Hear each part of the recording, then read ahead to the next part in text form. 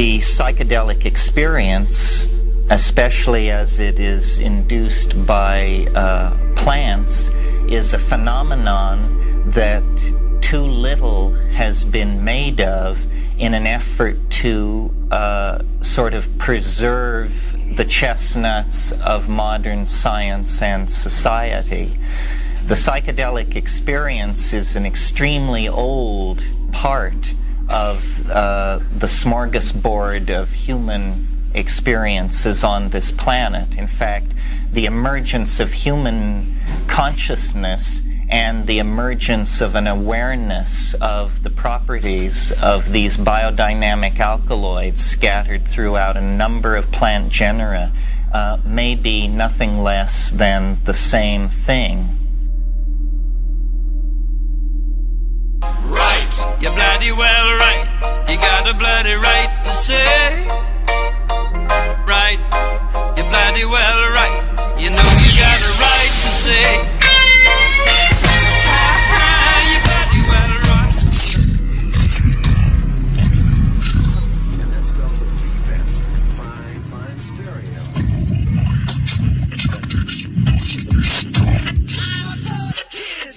Alan, Ladies and gentlemen, you're having a nightmare. What if it's true? ladies and gentlemen, Alan, it's a possibility, isn't it? the very word secrecy is repugnant Secrets. in a free and open society. And we are, as a people, inherently and historically opposed to secret societies, to secret oaths, and to secret proceedings. We decided long ago that the dangers of excessive and unwarranted concealment of pertinent facts far outweighed the dangers Constant, extreme danger. which are cited to justify it. Even today, there is little value in opposing the threat of a closed society by imitating its arbitrary restrictions. Even today, there is little value in ensuring the survival of our nation if our traditions do not survive with it. And there is very grave danger, Extreme danger. that an announced need for increased security This is Conspiracy Queries with Alan Carr. will be seized upon by those anxious to expand its meaning to the very limits of official censorship and concealment. That I do not intend to permit to the extent that it's in my control. You're crazy. And no officious, high or low, civilian or military, should interpret my words here tonight as an excuse to censor the news, to stifle dissent, to cover up our mistakes, Isn't the Pentagon suspicious that all the buildings blow up? or to withhold from the press and the public I think you're just looking at things for the first time. the facts they deserve to know. You've had your whole f***ing life to think things over. What good's a few minutes more gonna do you now? The facts they deserve to know. They deserve to know.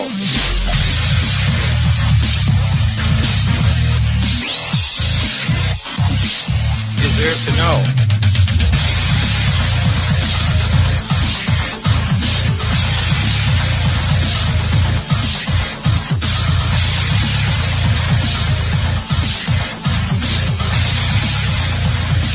Deserve to know.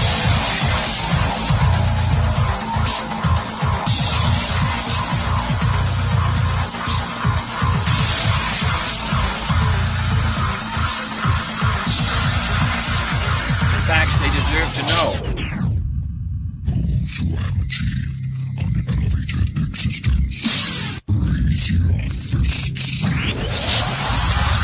All right, we are going to raise our fists today. We're going to talk about war. Yeah, we're going to talk about war. We're going to talk about why it happens.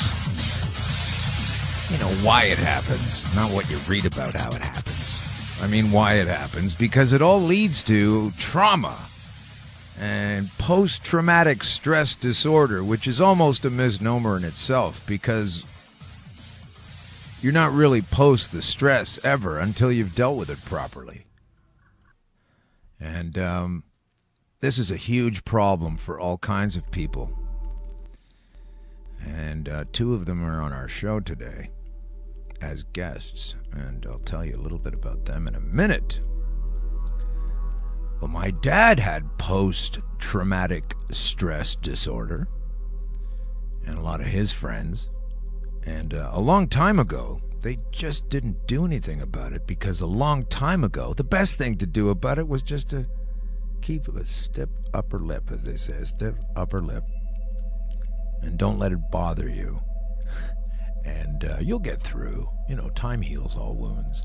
This is a huge fiction, so thanks to the Brits for that. I'm sure they dreamed it up. Time heals all wounds. Stiff upper lip, old boy. That's what you need. Just a stiff upper lip, and you'll get through all of the blown-up pieces of bodies that you've seen all over the place, that you had to gather and shove into bags.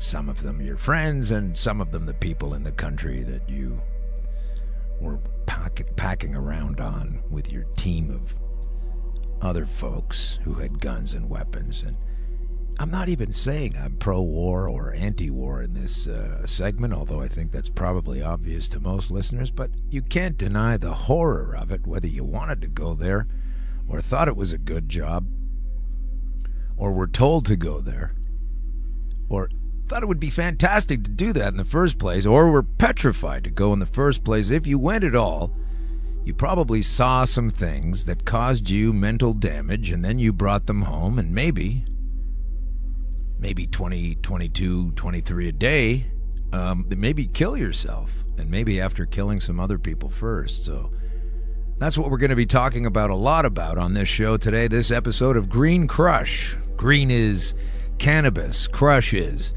what it can do to cancer if administered properly and not feared like a 3-year-old wandering near a live-acting chainsaw, which is, of course, dangerous. What about those children? What about those children that have access to chainsaws? Well, you can tell them they're dangerous, or you can wait till they're ready, and you can teach them how a chainsaw works, why you might want to use one, what it's for, its efficacy as a tool, and then take them through it with someone that already knows how it works properly.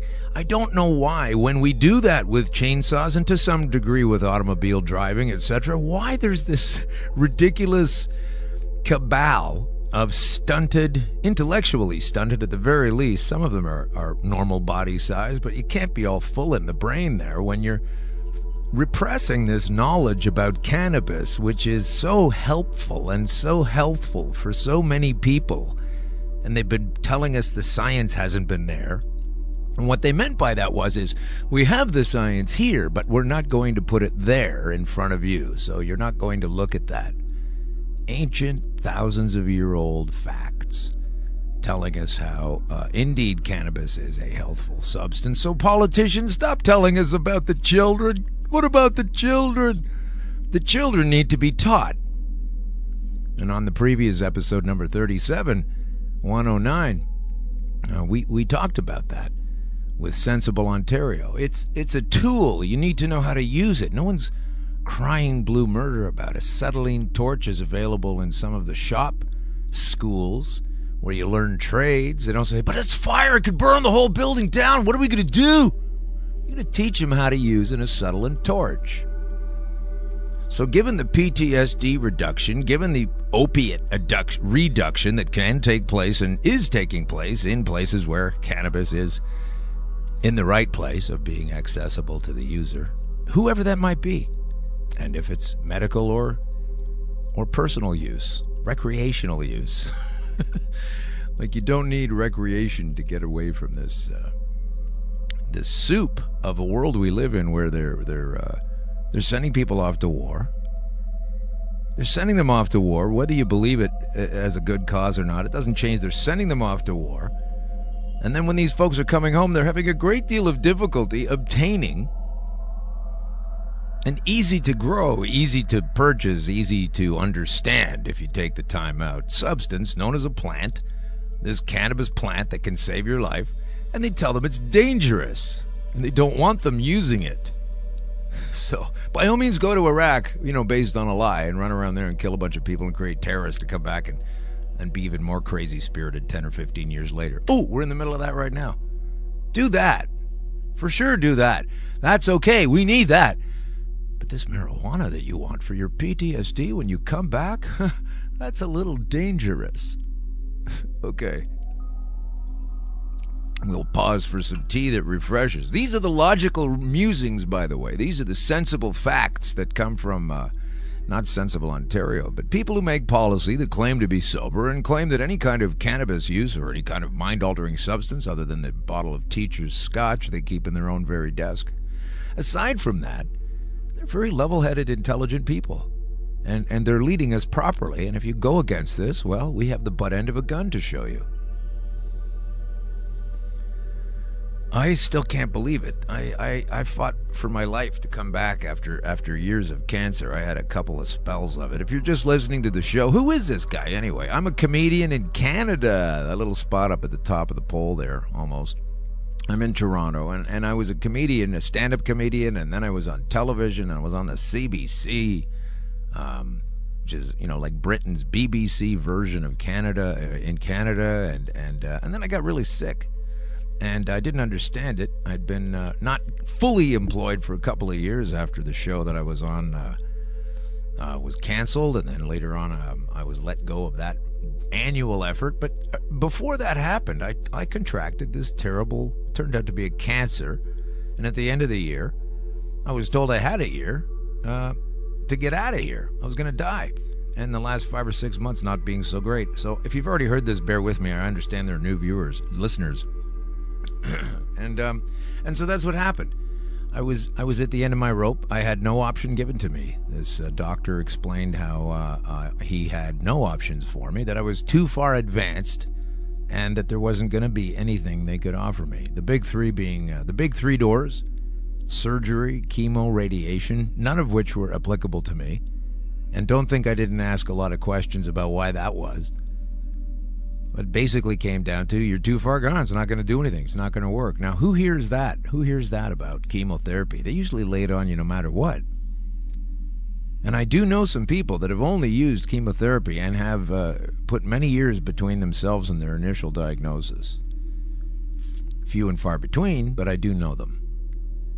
I know a lot more people that were using that and unfortunately aren't with us anymore.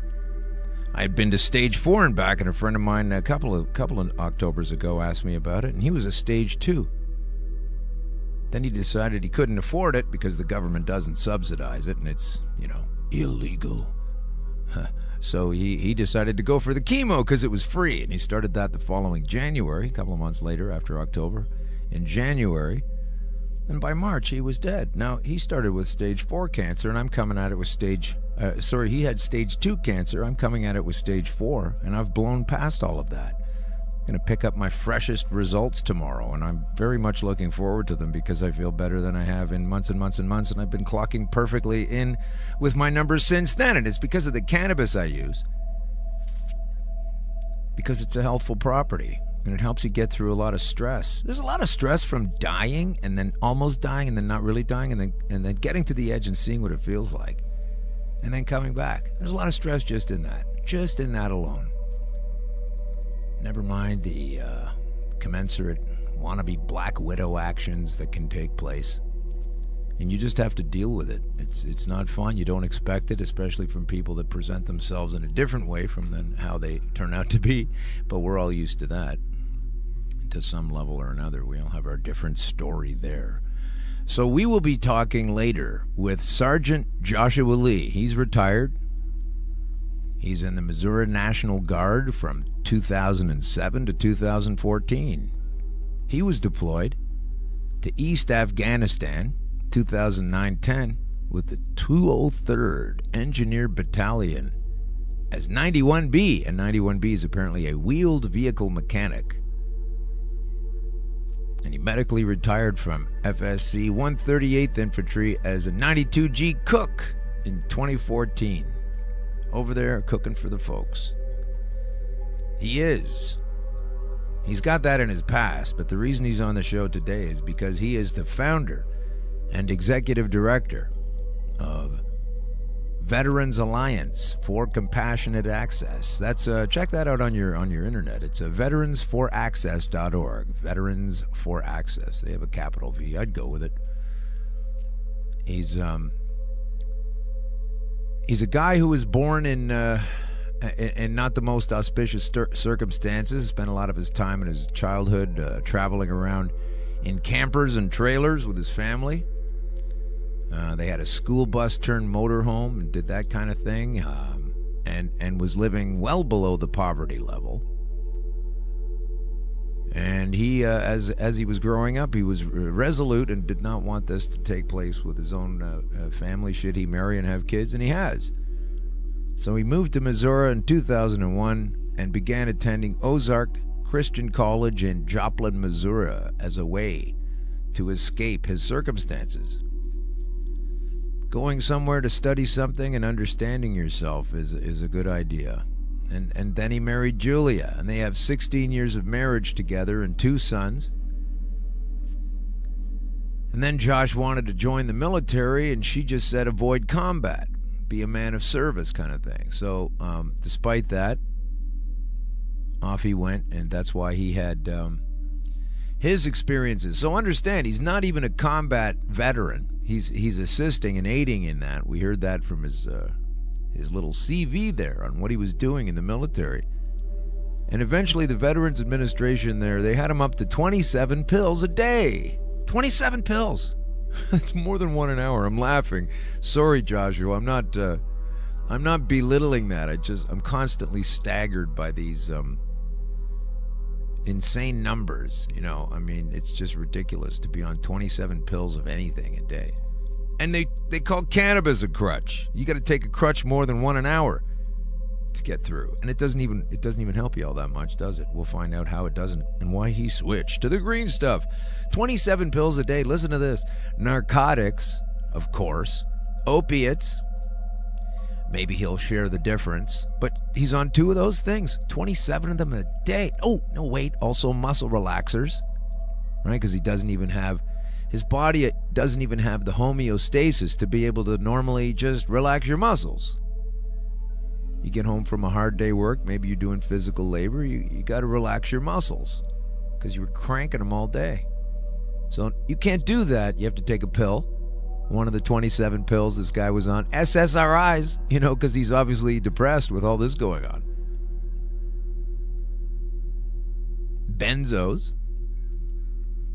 Benzodrines, okay, and then they kind of pick you up and everything, and so now you're relying on this pill to put you in another place chemically with a technical load, a carrying load of other stuff in there that you also really don't want in your body. They're hard to process. Ask your organs. By the way, the opposite is the case with cannabis oil and taking cannabis. It's actually the opposite. It actually improves the organs. While these particular substances, and I don't give a shit how large the corporation is and how many lawyers they have, this stuff is a tax. A tax. You could say it a tax, but I'm not. I'm not going to go there. But it is a tax to process these chemical substances. Then you get into the dependency cycle, and you're like, "Where's my muscle relaxant?" And then you can't live without it. Well, someone's making some dollars there, right? And I know I keep hearing about, oh, that's ridiculous. You can't think that people are going to be able to make money like this. That's not why they're doing it. They're trying to help people. Wow. Get it together. That's not really, they might be saying that, but that's not really what's going on. Kind of tired of hearing that argument.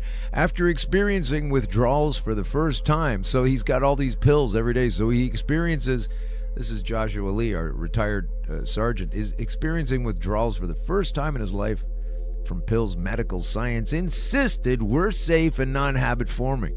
You saw that punk standing up in Congress, I think it was, or maybe the Senate, I always forget because I don't care too much. But one or the other, they're manipulators and influencers, and this guy was up there telling us how it was going to be great. And they weren't concerned about any of the data so far that had already come in that had already indicated that it was going to be addictive. He said, no, it's not going to be addictive. I would suggest that his addiction to malicious profit was the biggest addiction issue we had to deal with. And then, of course, that spins off into everybody's lifetime. So this poor Josh, we'll hear about what taking 20... I know what that's like. I had about 18 or 20 when I was at my lowest point. So then his wife actually, and she's on the show too, okay? She is also on. Nelda is on. That's his wife, and she's going to be on the phone as well. And she got him onto the medical cannabis, so good for her. We'll find out why she knew about it and he didn't. So they took a 15-year anniversary trip to Colorado, and he was able to experience life again, which it was probably more of a memory. Like, oh yeah, it can be this good if you don't have all that other stuff. So we're going to hear about his entire story and how he did and how he wound up on this and how it has affected their life and not ruined it, and how he's had a better quality of life from, let's say, not going to jail for using it. Right? The authorities are always so concerned about how we're going to mess up our lives using this terrible drug. They're going to put us in jail. Like that doesn't mess up our lives at all. That doesn't screw up families, eh? When dad can't come home, or mom, or both of them, because they were using a pain reliever that grows in the fucking garden, or whatever involvement they might have been having, or where they just wanted to take it and recreationally take it. Let's not forget that just because I'm coming at this from a medically themed point of view, but I'm always supporting the recreational. I happen to believe they're the same thing. I think if you recreate enough of your cells by recreational cannabis, it doesn't have to be a bad word. It's actually played up like a bad word. Oh, that's recreational cannabis. We can't have that going on. We can't have recreation. We can't recreate the homeostasis in our body for next to pennies, and we'll talk about that shortly. I got to move on. I am dangling here, but there's a lot of points I wanted to make. I've been off for a week. I got lots to say. I figured this would be kind of a chunky episode. Took a week off last week. If you're looking for episode 38-110 last week, I'm so sorry. We had to take some time off after 37 of these in a row and right through the holidays. And we've even recorded some other things and done some more work that's yet to be heard. I had to take some time off. I was moving. There were a lot of events kind of lining up, and I just thought, okay, I don't want to do a disservice to the show. And my throat was really tough, too, if you heard the last couple of episodes. So I feel better now. I'm back on. This is fun, and this is going to be a fantastic interview. Before we get going, Eggplant Digital Media are the folks that put this together for you, some of Canada's finest digital media products. And they told me to say that, like, make sure you say this, and I'm one of the shows they're talking about, so why wouldn't I want to do that? Get people paying attention to it. We are steadily growing our listener base according to various data, and that's all I'm going to say about it, because I don't really parse that. That's Danny's thing. But he tells me we're growing, and I hope so, because this is a no BS zone. I mean, if I make a mistake, somebody will correct me and I'll go over it. But so far, it's been, here's why I'm not dead, and here's other people in that same field bringing us other good news. That's what we're trying to do here.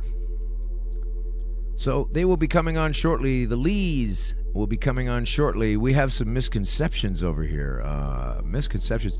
Here is, we posted this on our website, got to talk about it. Clearing the air about recreational marijuana, cannabis in brackets use. Okay, so this is clearing the air. Seems like everyone's talking about marijuana. Public discussions and legalization of recreational marijuana, cannabis, may have led people to believe the drug is harmless. Ontario's doctors want to provide clarity on some myths associated with the use of recreational marijuana, particularly for youth. Here we go. Before using, be informed of the risks. Now remember, this is a bunch of people that through my whole journey, which started during 2013, but I got the hard news at the end of 2013. Every single doctor I've talked to along the way in my Ontario government-sponsored medical recovery, which I took the steering wheel from them, because I was supposed to go to the ground. So here it turns out that these folks have been telling me the whole time, well, we don't know enough about that, and there's not enough documentation to show that. And it's just been no. And they've always been saying we don't have enough data. And sometimes my great doctor that I do enjoy now and have a good relationship with now, he says, well, we do need more data. So there are guys like that. But based on the fact that some guys, the good guys, the nice guys, are saying, hey, we need more data, and then the other guys are saying, well, we don't have enough data. There's not enough data. How can they come up with a list of things that are so terrible? I mean, they were using that ploy to prevent admitting that they were actually having positive results with a lot of this stuff in certain areas, and they just wanted to avoid talking about the positive stuff. But now they have done the research to show just the bad stuff. So this is not even plausible on its face. Myth number 1. Marijuana isn't... I'm not going to read all these, but just to give you a taste of Reefer Madness 2018 with these fools. Marijuana isn't that bad for you, is the myth. The fact is that recreational marijuana is associated with a number of negative health risks and is an inherently harmful substance. Far less available than alcohol, which is 10 times any of that. The health risks caused by recreational marijuana can best be avoided by abstaining from use. Okay, so that's thing number 1. Just don't use it. Don't use it. We just invented our little form of medicine virtually yesterday compared to the history of mankind, when they've been using it successfully for thousands of years. But they didn't tether profits to their writings and their strictures. So we are. So don't use it. Okay? We got some drugs and shit to sell you instead. Myth: marijuana isn't addictive. Canadian youth are among the top users of marijuana in the Western world. Okay, that doesn't prove it's addictive, though, so that's a wasted sentence. Using marijuana when you are a teenager and your brain is still developing can lead to physical and emotional impacts as well as substance dependence. And that is probably true, up to a certain age. But guess what? That's just because you're telling them they can't have it. It's totally bad for you. It's all full of these myths. The health things aren't really there. You guys are fools for using this, and we're going to lock it up. That's going to create a desire for them to use it at that age. But if they know what it is... Like, I wasn't chugging Geritol and these kind of things that people were trying to use to pick me up when I was 6 or 7, because I knew what it was. Don't go in the medicine cabinet, Alan. Here is all the things that are in there. You don't drink this. This is iodine. That's poison. It'll kill you. I heard all this stuff when I was a little kid. This is medical alcohol. You don't drink that. These are all liquids and creams that only mommy uses or only daddy uses, and that's all we got for you. So don't go in there. That's something you don't even know how to use yet. Okay. And they explained what it all was. And you'd put iodine on a cut and you'd see it turn red, and that was kind of cool. And then you put the ozonol on, it looked like squishy peanut butter or something. But you knew what it was. And if you're a friggin' idiot, I guess you were drinking it. But that doesn't limit the rest of us, or it shouldn't. So, like, tell some truth here, man. I mean, these guys can't come up with this thing where they say there's nothing to it. And we haven't studied it. We don't have the data. There's no data showing that. Now they got data showing all these things that are easily undone. Here's one more. Marijuana helps anxiety issues. That's what it says. This is a myth. And they say marijuana can have harmful effects on the mental health of some at-risk individuals and generally harmful effect on most users. At-risk individuals are always at risk of something. Once again, you can't pin it down to the bottom man and how the rest of us know how to use something. I mean, you could give somebody who's just, extremely mentally limited. You could say, listen, this guy might cut himself with that knife. And it's a sharp knife. It's like 10 inches long, like a Bowie knife or something with a jagged. He might cut himself, so nobody can get it. Nobody can use it. We're not going to have these. Evidence suggests that using marijuana during teenage years is linked to the development of mood and anxiety disorders. Yes, or are the mood and anxiety orders something that were already there in the first place, and then the teenager uses marijuana? We don't have enough data on that. Marijuana doesn't cause any long-term harm to the body. Smoking marijuana, that's the myth. Smoking marijuana, this is what they say, is known to have negative effects on cognition. It has negative effects on believing the cognition of the people that set up the legal structure that enshrine and protect a substance that's easy to grow, has been around for thousands of years and used for health. The cognition is, I don't buy their bullshit anymore because I can see through it. And none of these freaks are coming on the show. Maybe they're afraid I'm going to call them a freak, but I'm afraid if you can't answer these simple questions while you're designing all this restrictive legislation around it, and then you're going to criminalize people for using it, and watch for that when we go legal in Canada, then, you don't get to say those kinds of things unless you back them up. Doesn't cause any long-term effect to the body. I mean, I was told by my doctor not to use it when it was the only thing I was using that was an admitted wild card that was turning things around for me. He says, don't use it. It's not safe. I said, you told me I'm going to fucking die in 6 months. What's your problem? Neil MacDonald, who's still alive because he's not dead, because he's the brother of Norm MacDonald, who's also still alive and also not dead. CBC they ran a crawl across the bottom of the screen on St. Patrick's Day for a fantastic, amazing, very sad now that he's gone, is Mike MacDonald, and they ran a crawl at the bottom of the screen telling us about how Norm MacDonald, who's not that guy, died. And Norm Macdonald Neal is one of the best reporters at the CBC, and the CBC ran that. So, not a huge fan right now. But they do have this article from Neil Macdonald. You should look it up. Canadians are being used. Canadians are used to being told by government how and when we can spend our money. And then it's a pretty fantastic written piece. I'm just plugging it right now. I'm not going to actually read it. But Neil Macdonald, CBC, it came out April 24th. Says here, sometime in August or maybe September or who knows, maybe even later, but definitely for sure before the next federal election. That's the concise date that Canada's going to legalize it. He's nailed it. He's a very funny guy. Canadians will be able to legally buy cannabis for recreational use. Everything is in hand, we are told. Mother government will be the new pot dealer for most Canadians. Not really happening. We still have other ways of doing it. We won't be doing that. And Ontario and Quebec have already announced that the booze monopolies will handle cannabis in the same cartel fashion. So he goes on and explains why it is, and you should definitely look it up. It's an opinion piece. It's on the CBC. It's not in the news section. No, definitely not. But he's a very well-respected reporter, and for good reason. And on cbc.ca, so just go in there and type in government, lousy, uncompetitive, and then you could put pot dealer. But you could probably put lousy, uncompetitive in any government category, really. The way they carry themselves.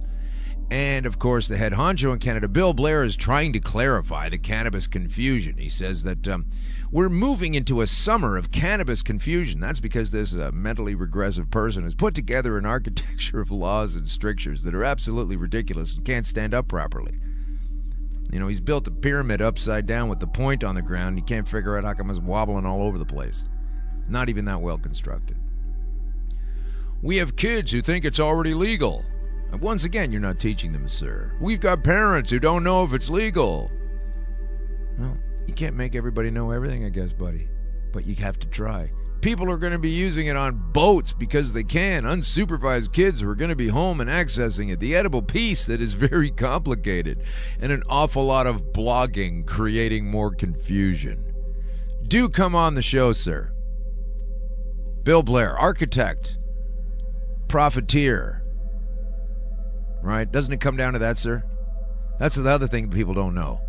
We have people who think it's already legal, and we have people that don't even realize that I'm deeply invested into several of these companies my own self. And if you're not one of them, you're one of the criminals and you're illegal and you're going to get busted.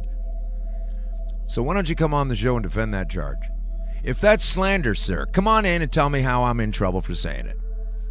And since I'm recording it, it would be libel, wouldn't it? Come in here and tell me how many of these companies you're not invested in. You gangster. Come on down here and take a look. Sit down. We'll put some, we'll put a nice cushy cushion down. These are hardwood seats, but if you have roids or something, we could put a little donut in there for you. I'm sure they have some kind of thing over at Staples that might be a gadget enough. That's what people think. People think that you've got it together. You should be happy about that. They either know that you've put something together and they're, it's going to be legal next year. And they're happy for it. But as far as what you don't know, sir, my goodness, I think you know a lot more than you're letting on.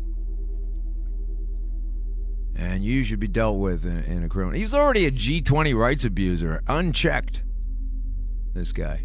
I mean, how do you get that gig? If I abuse one person's rights, it would be in the papers for the rest of my life, and I wouldn't be able to get work probably. This guy can abuse dozens and dozens, suck their life out of them and stick them in a little cage for a completely artificial law. And then face no recompense. Unbelievable. Let's move to the States. Okay. In Oregon's crowded cannabis market, weed now goes for $4 a gram. This might be good news for consumers, but it's really bad for growers. Here's why. 3 years after officially legalizing recreational cannabis, Oregon has finally answered the question, how much weed is too much weed? According to the state's regulatory tracking system. Ouch, that sounds prickly. Oregon now has a surplus of more than 1 million pounds of unsold flour. And that's far more than the state can consume. Hey, I guess you're not making enough butter. Having enough salads. It's a food, right? Don't forget, it's an actual food. Though it may not sound like a problem, the state's surplus of marijuana, first reported by Willamette Week, is 3 times the amount that was grown last year, and dispensaries can't get rid of it quick enough. It's a year-end clear-out. We're going crazy. We're practically giving it away. We've got too much on our hands, and if you come on down now, we'll also include 3 more grams for nothing. Stuff it in your donuts. As a result, the massive backlog has caused the price of cannabis to plummet, as supply severely overwhelms demand there.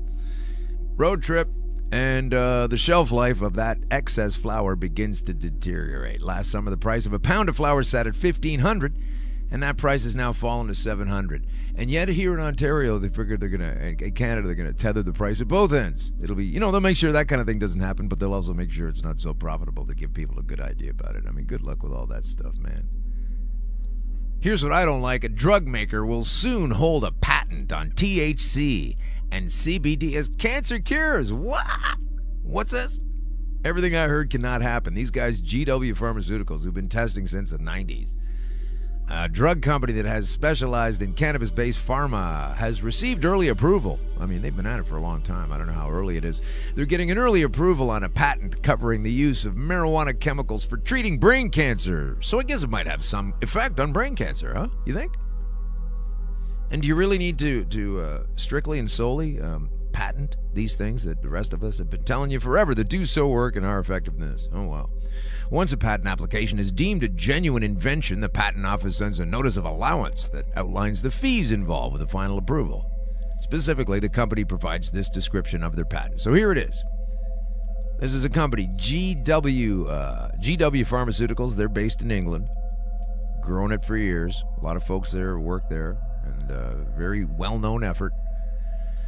The subject patent specifically covers a method for treating glioma, I think it's glioma, in a human being, that's the kind of cancer it is, using a combination of cannabidiol, CBD, and tetrahydrocannabinol, THC, both of which are coming from the marijuana plant. So thanks company, for confirming what my garden has already made clear. And so wherein the cannabinoids are in a ratio of from 1:1 or 1:20 with THC and CBD, with the intent to reduce cell viability, inhibit cell growth, or reduce tumor volume. And then the government will tell you it's a ridiculously unhealthy thing. Filed in 2009, GW's patent application lists Otsuka Pharmaceutical as a collaborator. I'm going to guess they're Japanese. And initially claimed the invention of the use of a combination of cannabinoids, which come in a cannabis plant, in the manufacture of a medicament. Is that a word? This isn't a serious article, man. This is in USA Health Times. I got this word medicament. That's quite a predicament. I don't even know if that's a real word. Okay, I'm going to go with it. For use in the treatment of cancer. So that's what it's for. That's what it does. It's actually for use in the treatment of cancer. So, I mean, this is in the major publication. This is a company that's been around forever. Why do you figure Bill Blair's upset about people don't know exactly what his crazy bullshit laws are all about here in Canada? I mean, these basic facts have been around for a long time. People don't even know that. I know users of cannabis, and I try to make it clear to them, who partake of smoking and recreational, having a great time, have no idea of the power of the healing that this stuff can bring. Here's a guy that did, though, and we're going to get to our guest in a couple of seconds. I'm running a bit long here, but listen to this. At age 89, legendary psychiatrist and marijuana advocate still wonders about a Harvard professorship. Lester Grinspoon, who I mistakenly believed was no longer with us, is with us. This is the guy that did a ton of studies through the 60s, and in 1971 presented that information to the world, really, with his fantastic book that explains all of the healthful efforts. And the main part of the story is that Nixon and Haldeman and Ehrlichman and all those guys said, no, we're going to go the other way. And this guy suffered a massive suppression of his ability to rise up through his system and achieve the tenure and the lauded state that he deserves. I mean, if he was inventing the Salk vaccine, as did Jonas Salk, he'd be top of the heap. But the amount of stuff, as the New York Times called it, the best dope on pot so far. The Ivy League pedigree of this gentleman, Lester Grinspoon, made it hard to dismiss as a hippie screed, but they did anyway. It raised hackles at Harvard and in the White House. Every one of the bastards that are out for legalizing marijuana is Jewish, Richard Nixon ranted in a conversation captured by the Oval Office recording system. What the Christ is the matter with the Jews? I suppose it's because most of them are psychiatrists. That's Richard Nixon, folks, another fine president. Anyway, so Lester is hopefully going to get, at 89, he's still kicking around now. Let's get that institutional humility that they're calling for here and give this guy his due. He was too controversial, though. He came up with a series of information that absolutely reversed or should have reversed and should have made clear the government's position as fiction. This is like 45 years ago. So, we're just coming out of that punch. We've been suppressed and repressed, and it's ridiculous. So, I'm going to talk a little bit later about Zimbabwe. And then later on, we'll get into some of this NXIVM cult stuff with Claire Bronfman of the Bronfman family, who, don't forget, Stephen Bronfman was one of the guys who majorly funded Justin Trudeau into existence so they could control cannabis. But Kim is summoning our guest now to the phone, and pretty soon we're going to have a conversation with Sgt Lee and his wife, and they are in. I believe they're at home right now. Missouri. A fine place to be. I've driven through it. I won't say I've known a lot of things about Missouri, but we are just now waiting for them to give us a ding on the phone here, and I'm waiting to see if I'm hearing this message go through. This is a live show, ladies and gentlemen. I guess while we're waiting for the phone call to happen, I will do a little plug. Oh, there's Joshua there.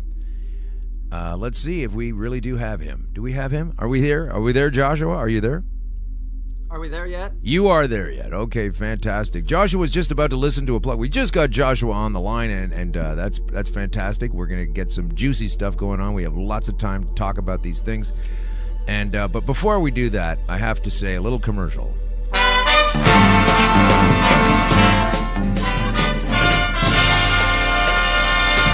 The High Society Supper Club. This is a Hamilton-based, Hamilton, Ontario. Fantastic little groovy town. Right now has about 67 dispensaries, and Ontario's looking to put 40 across the whole province. And there's already 67 in little tiny Hamilton.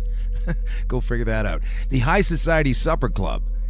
That's a play on words. It's high, all right, and it's a great little society, and they do have supper, and it is a club, and you should get involved. Look it up on Facebook, High Society Supper Club. They have some fantastic foods.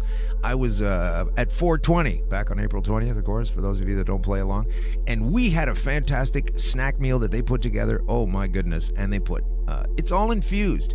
They had these patties with chickpea stuff in it, and I don't even know what they were doing. It was just simply delicious, and then you're slathering all this delicious sauce over it, and it's all infused with cannabis, and they do have these special dinners, and they have been gracious enough to help us out with a giveaway. And so we're going to ask you. Oh yeah, there we go. I was out of time there. How about that? We have a giveaway coming up soon, so check your social medias about Green Crush. We aren't selling it, and we aren't telling you what to do with it yet. I'd like to do that, but there is a fantastic company, and we are happy to be involved with them. High Society Supper Club, Hamilton. Look them up online. Delicious, delicious food. Joshua, are you there? Yeah, we are, Alan. How you doing, man? Fantastic. You're both there. Okay, good. I'm okay. I'm good here. Listen, sorry for the late start. It was the first week back, and I guess a few things piled up, and the front end was a little juicier than it ought to have been. Okay, so thanks for waiting around. How are you? Introduce yourself to the folks. Well, hey, my name's Joshua Lee, retired sergeant from the Missouri Army National Guard. Served, like you said, from 7 to 14. One minor correction. I was not in a combat job as a mechanic, but I am a combat veteran. I did experience and see combat. Okay, so you were in combat. Okay, I thought your wife was trying to keep you away from that stuff, like a wise woman. She was, which is why I signed up for a non-combat job. However, once you get over there... Things change. Right. Mm-hmm. So, and this is my wife, Julia. Hello, Hi. Julia. Oh, so I wasn't sure which name I was supposed to be going with, so I'm glad it's Julia. It's easier for me to remember. How are you? I'm good. My name is Julia Lee. I'm actually a licensed professional counselor. Worked in the field of trauma for about 4 years, helping out children, adolescents, and adults. For 4 years. Okay, well, let's get back to the beginning of this, because the interesting note in there is there's always a reason why someone comes across the cannabis in the first place. In my case, it was the mother of my children, and she sort of put the bug in my ear the summer that I was sort of deteriorating, and later on it did come to me in full clarity that I should use it. But how did you come up with your information to tell Joshua about how to get on that and why? Well, surprisingly enough, after my master's, one of my friends that I've had, she decided to move out to Colorado because she was having a lot of health issues, and she was going to start utilizing cannabis and didn't want to have to worry about her family getting in legal trouble. So it kind of took me back, and I decided to do my own research on it. And as I was researching it, my friend had a lot of similar issues that my husband has. I told my husband about it, and then, well, he can tell you the rest of the story. Okay, well, we'll get to him, but I'm just fascinated with that angle because you're the one that came across it, and then he was majorly benefiting from it, of course. Well, trust me, it wasn't just me, Alan. Look, as much as we fight for veterans' right to access medical cannabis, it's not primarily for the veterans. Us veterans are trained to overcome pain and obstacles and difficulty, but the ones that really suffer is our families. Oh, for sure. So while a lot of people focus on the pain and anguish us veterans go through, not a lot of people focus on the pain and emotional trauma we put our wives and children through, or our husbands and children through, or spouses, loved ones of whatever variety they might be. And slowly, eventually, we drive each and every one of them away until we're isolated and alone and there's nothing left. Mm-hmm. Sounds like you have a big family. I'm just kidding. You're referring to everybody, of course. Right, absolutely. Yeah, so we had a fascinating conversation on the weekend, you and I, just as we do, as I do a lot of times with the guests, just to get to know them a little bit before we have a conversation on different topics. But tell us exactly how you got involved. I read your little bio at the beginning. I truncated it, of course, for time. But tell us how the piece of thing that I'm interested in is. You were actively trying to change your life from what you decided was not a high enough standard, and what was your plan to get into the military? Like, how did that come about? Because I want to start from there and take people through. Here's a regular guy going through his own life, and then he turns to the military. Next thing you know, he's involved with cannabis. I mean, it's an interesting path. Well, I wound up joining the military in 2007. I swore my oath in July, so 2 months after I graduated my Votech school as a automotive technician, basically I needed a way to help turn myself around. I'd kind of lost myself and gone to a dark place for a while, and I needed a way to help reinstill some self-discipline. And coming from a strong military background with a lot of guys in my my family going into military history, I mean, kind of something I'd looked into. So honestly, I was at a job fair for my Votech school, and as an adult student, I had to wander around and just get them to sign off that I'd been there, basically. Mm-hmm. The Marine recruiter kind of pissed me off because he took one look at my tattoos and said, "You're not worth my time." So I walked over to Army National Guard, and they said, "Sure, come try it out, come take the ASVAB." And once I did, they're like, "Oh, heck yes, we'll take you."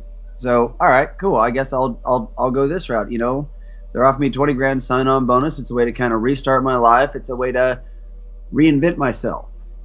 And despite the hardships it put me through, I'm really glad it did. And what age were you at this time again, sorry? 2007, 24? 24. 25. Okay. Yeah. 24, yeah. Okay. So you're just at the age, according to a lot of the science, that you would be allowed to use cannabis just at that point. I mean, that it would be okay that you weren't still a developing young child. So you're at that point as well. According to the very few, very, very skewed, very biased studies that have since been retroactively turned to a bloody pulp. I mean, those studies in no way, shape, or form account for tobacco use, traumatic incidents in childhood, or alcohol abuse. I mean, in none of those factors. Yeah. And once they are, they're absolutely crushed. And in fact, cannabis use counter-correlates most of those. Yeah. Well, that's not what I just read in the medical papers up here in Canada. But I know. I've got a Dropbox links with over 3,000 pages of studies and science and data on the efficacy of medical cannabis as related to whole fields of medicine, collated by type and data, and it's willing to share out for anyone that wants it. Well, that's amazing. We'll put that on when we write up the show, and we'll self-publish the show later on. We'll make sure to include that link. That's very kind of you. How long have you been gathering that data? Honestly, we kind of started sometime around April or May. Once we posted that photo in March that my wife had me take, because I just kind of randomly got out and collected them all and kind of sat there looking lost, going, what do I do now? Right. And, it's kind of obvious from the expression on my face there, but so Julia said, take a picture. Maybe we can start a conversation. So I did, and because I wound up getting a little bit of fame from it, I got an article written up in the Kansas City Star.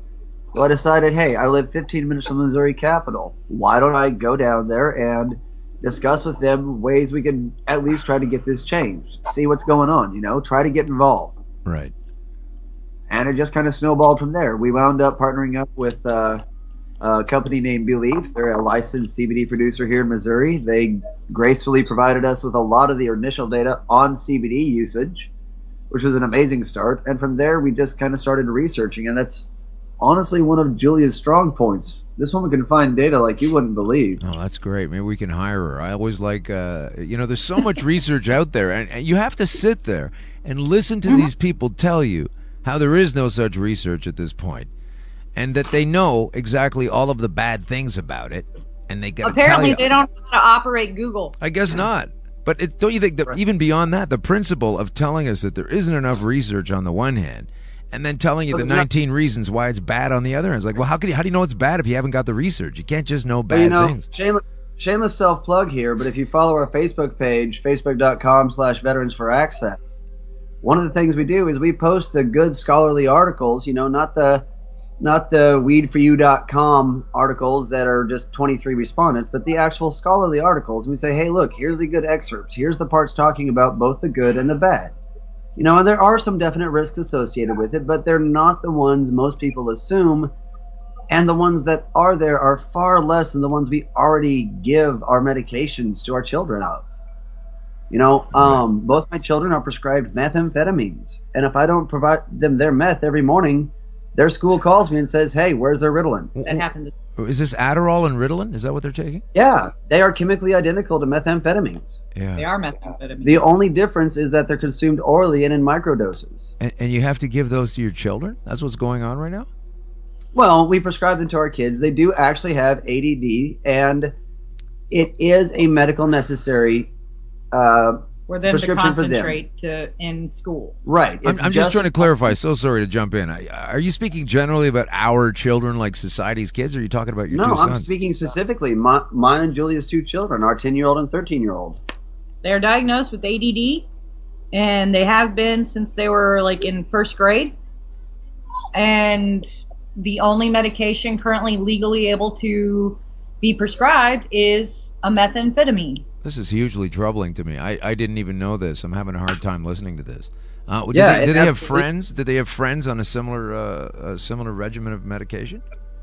Well, unfortunately, a lot of children's doctors prescribing these medications don't follow the actual guidelines and send out the regulations and find out how much is necessary and slowly work them up. They just They just throw meds at them. They throw meds at them, enough to get them to shut up and do their job. You know what I mean? They don't even, not all of them even test correctly. So, again, this is kind of in my field because ADD is a mental health disorder. And if you don't give it to them, then what happens? If you don't give them you say the school complains? Their grades will plummet. Again, this is one of those, Catch 22s. It's one of those, we tell our kids, don't take performance-enhancing drugs in order to perform better at sports, but take your Ritalin and your Adderall so that you can concentrate enough to get a good grade. I mean, that's kind of a hypocritical point of view in my stance. So your children then, they're taking these drugs and they have to, and in order to perform well in school, correct. It is a minimum safe level. Yeah. Okay, and you're not taking them, of course. You and your wife Julia are not taking these things. No. And you're taking cannabis in various different ways that we'll get to shortly, but you do ingest that and you partake. Do your kids know that you're doing that, or do they ever ask about it, or what's the? Because here's what I'm trying to get to. You have these two kids that you say are basically state legislated to take these substances that you both think are horrible. So it's kind of going on against your will in a certain capacity, but you're caught in this catch-22. And at the end of it, you're probably using cannabis in some kind of PTSD way to even help you deal with this fact that your kids are stuck in this Chinese thumb puzzle kind of thing. I wish I was, but unfortunately it's not even legal here in Missouri yet. That's kind of what we're fighting for and trying to say, hey, look, I don't want to have to be 27 pills a day in order to be functional in society. I want to find a healthy alternatives. Right. So luckily we can order CBD supplements online. Those are legal for us to order, but that's the only thing we can really provide for ourselves. Not only that, but we have to take trips out to Colorado just for him to utilize it so he's able to get through a month or 2 months. Right. It gives me hope, and it provides me enough healing to get through for the next while. Well, that is so upsetting to hear that anybody would be in that situation. Well, it's either that or uproot my entire family. Right. And I'm not telling you what to do. I'm just saying this is a big can of beans. Yeah. I mean, this is a difficult ride, obviously. Well, at the same time, the alternative is to risk having our children taken away and my wife losing her license that she spent $100,000 in school to get. I mean, wow. There's really not. You're really kind of stuck between either fleeing the state as a medical refugee or taking a huge risk for your family, or staying put and suffering silently. And I decided I was no longer going to suffer silently. And, I am so proud that my wife stood up and joined me. Kind of pushed me into it, to be honest. So there must be, as I realized when I was in my particular position, and it was so end of the world, your own personal cancer story, and then you turning around with the cannabis, and it was amazing. And then I started to realize at that point, well, there must be lots of other people going through this. So there must be lots of other people going through a similar thing, what you guys are going through, whether they were in the military or not. I mean, there's a lot of people with kids diagnosed such as, and it must be super difficult. Absolutely.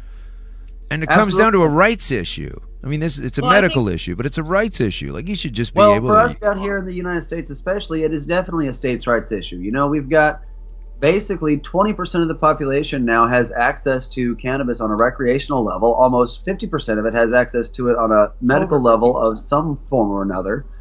I mean, this is definitely a states' rights issue, and yet the federal government keeps failing to take action on it. Okay, you're a Republican kind of guy, I think. So tell me, what is wrong with Jeff Sessions? Like, is there some medical term we can? To be honest, pardon me. Like, do I have to claim him as a Republican? Well, you kind of do. He's Trump's whatever he's doing there, but he just seems to be making a mess of all. There's states going like, don't do this, don't make up all of these laws. The thing. In everything he's done, he's absolutely correct.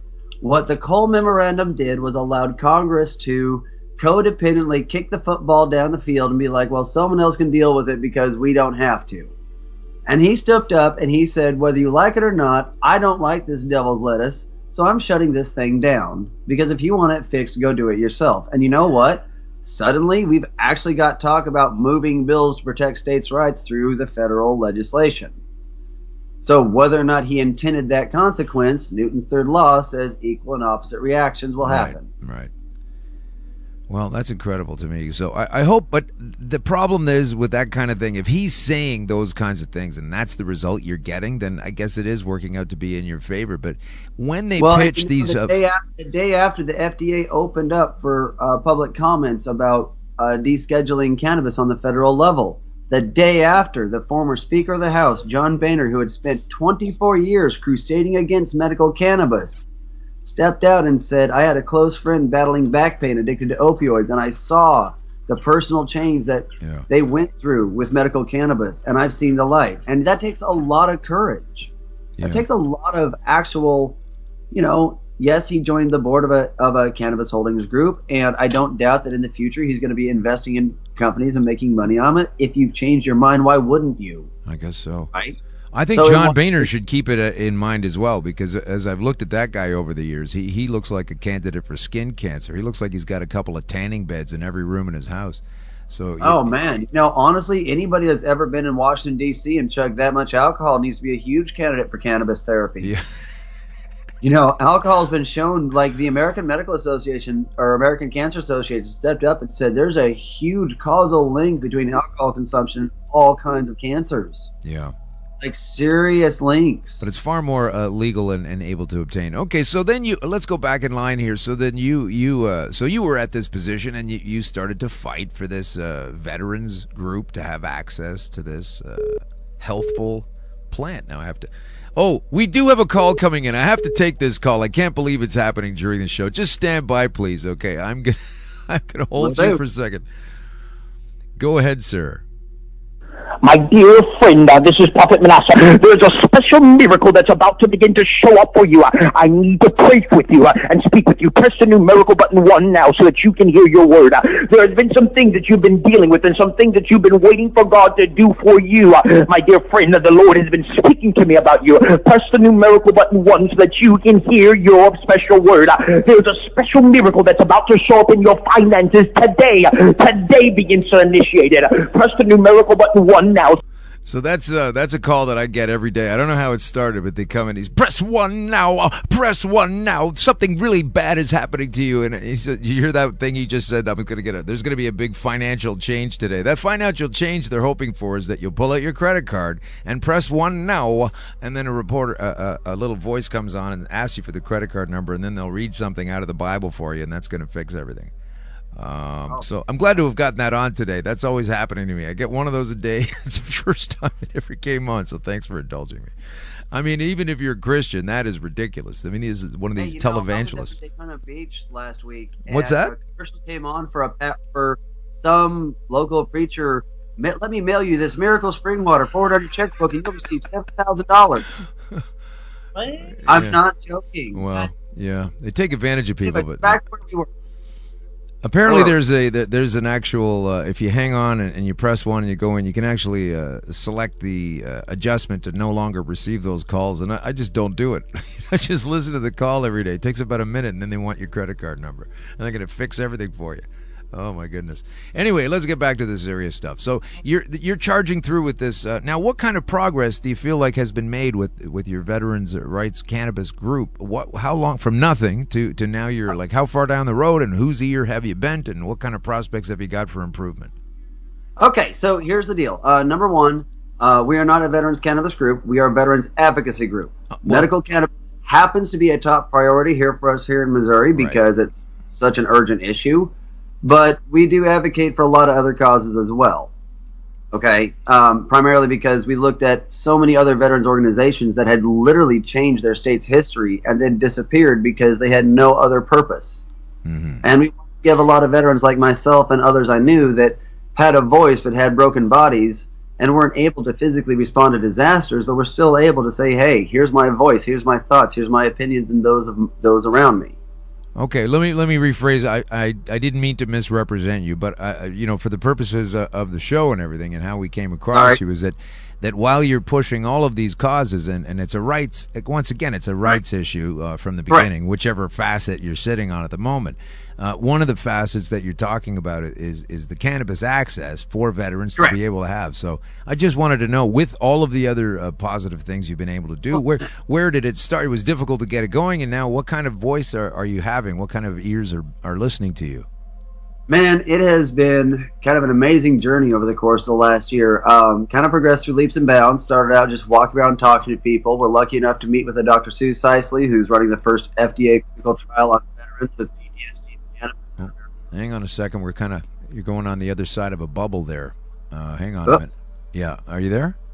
Yeah, I'm here. Okay, sorry, you just cut out for a second. Go ahead again, the last 10 seconds or so. Basically, we've been doing some pretty good work, reaching out to a lot of elected officials and educating them on the medical cannabis bill currently passing through our legislature. It's been amended into something that's much better than it was, but one of the major problems it still has is it requires any caregiver, any doctor that prescribes a medical cannabis card or recommends one to collect their patient data, turn it over to the Department of Health and Senior Services, who then has to turn it over to research to institutions of higher learning for research purposes. Well, just like Cambridge Analytica. Right. They're in a lot of trouble right now. There's a lot of heat going around there, but it's the same kind of body, though. This is the same text that's in there. This is the same. If you're a cannabis medical provider, then against HIPAA regulation, you have to provide your medical records, your patient's medical records, to the Department of Health and Senior Services, who can pass them on to an institution of higher education, like a university, who can then use them to, say, propagate another Cambridge Analytica data breach, but this time with your medical records. Huge HIPAA violations. Doctors are going to see that, not be too thrilled. And the fact that they don't explicitly state that the person has to give, like, sign a document, which is HIPAA regulations, yeah, that's not good. Wow. Which means while the bill looks good on the surface, hidden there, that really going to keep medical providers from wanting to recommend it at all. Right. You're just breaking up a little bit. It's not you. It's good old Skype helping us out with a little friction right now. Okay. I'm just taking up a little time while we hope that the signal changes without having to call you back. Hang on. Oh man, I'm sorry. No, it's not you. It's not you. No. We're good. We're good. It was just, sometimes there are these little waves where it just thinly drops out or becomes completely imperceptible, but you're still connected, so it's okay. We're good. Okay. And so, with all of that going on, and this is a two-person effort at the very beginning, are there more people working with you now? We've had people work with us. We've got people that are we have people on our board of directors. We had people advising us. We have people working with us on the side, but for the main and the most part, the effort has been mostly myself and Julia. She saw her last client November 1st of last year in order to come on board the nonprofit full time, and so far there's been a few donations from some generous sponsors, but other than that, it's been just my veterans disability salary paying the bills and funding the nonprofit. And are you able to get what kind of access do you have to politicians running for office to bring some or all of your platform preferably to their interest and perhaps consider that what you two are saying is not just for you too, but it could help the constituency greatly? Well, part of our issue is A, funding, B, time, and C, we do have a family and we do have a quadriplegic veteran roommate who is she's family, so it's someone we need to take care of, and as such that limits our ability to go out and interact. So a lot of our interactions have to be at this point in time via email and phone conversations and Skype. Right. And also we visit the Capitol. We do talk to the representatives and the senators. We make appointments. Okay, so they know you're there. They've seen your faces. They've heard what you have to say, and they understand you represent more than just the folks in your family. Right. Here in the Missouri Capitol, they understand that we speak on behalf of quite a few veterans across the state. Okay, that's and good. that we're not representing just our views, we're representing the science and data behind the views on cannabis and housing issues and a lot of other mental health related issues as well. Right. That's amazing. So how do you rate yourself now, given this arc that you wanted to be, set the watermark a little higher than Joshua than you came up with, and to provide for your family? It sounds like you've done that, but you've also got so many more challenges at this point than maybe even when you decided you were going to do that. Well, I can't say neither I nor Julia really truly realized how many challenges we placed in our way in this sort of thing. Right. But I don't think either of us would ever have changed it or gone back and said no. Yeah, because when you're presented with an opportunity like this, how could you say no? I mean, if you say no, then you're turning your back on all those you could have helped. Hear, hear. That's why I couldn't keep it a secret. I thought it was all by myself. I'll just get this cancer out of the way, and I'll use this illegal cannabis. I'll get back to normal, and no one's the wiser. But early on, when it started to work, I realized you can't do that. You can't keep it a secret. That's ridiculous. Right, and that's essentially what happened to us. We traveled out to Colorado for our 15-year anniversary. My eyes were opened. I was able to hold her hand in public. We were able to go out on a date. We were able to spend time together in a way we hadn't in years. Right.